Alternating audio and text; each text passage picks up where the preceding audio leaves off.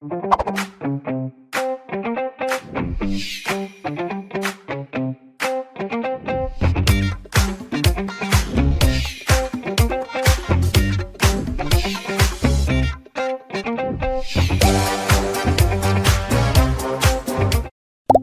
is a farmer and has large acres of land where she rears chickens and grows corn, beans, and yams. Every day, Sona sees growth in different forms on her farm. She plants beans and corn seeds, and they grow into plants that yield fruit. Her chicks also grow into chickens. Now, every month, Sona expects to get an average of 10 bags of beans, 25 bags of corn, and about 45 chickens, and about 30 crates of eggs as output from her farm. Now, every year, her total output increases. This is called economic growth.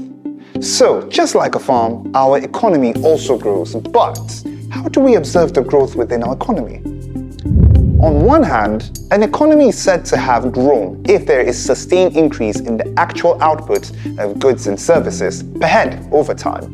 In the first year of business, Sona Farms only supplied their products to 2 states, but now they deliver to 14 states across the country. Sona has gone from supplying grains to processing the corn and beans into powders and cereals in her factory, which she supplies across the country. She has had to employ more staff because the workload had increased and she pays them monthly salaries. Her staff then spend the money on better housing, better education for their kids, and better healthcare facilities for their family in Central Africa, which helps develop the economy. Economic development, on the other hand, means more than mere growth. It is the process of growing the economy to improve the quality of life for everyone in the population. A better quality of life means access to better education for their kids, better healthcare facilities, and better jobs, among others. Economic development is an improvement in the quality of life and living standards. A lot of times, growth and development are used interchangeably. However, in economics, they are different concepts. Let's look at the difference between economic growth and development. So, economic growth tends to emphasize the increase in output and place less emphasis on economic welfare. In contrast, economic development emphasizes improvements in the general welfare due to equitable distribution of the increased production amongst individuals. Economic growth is concerned with income growth, while economic development reveals all aspects of economic activities. Economic growth can take place under the condition of mass employment.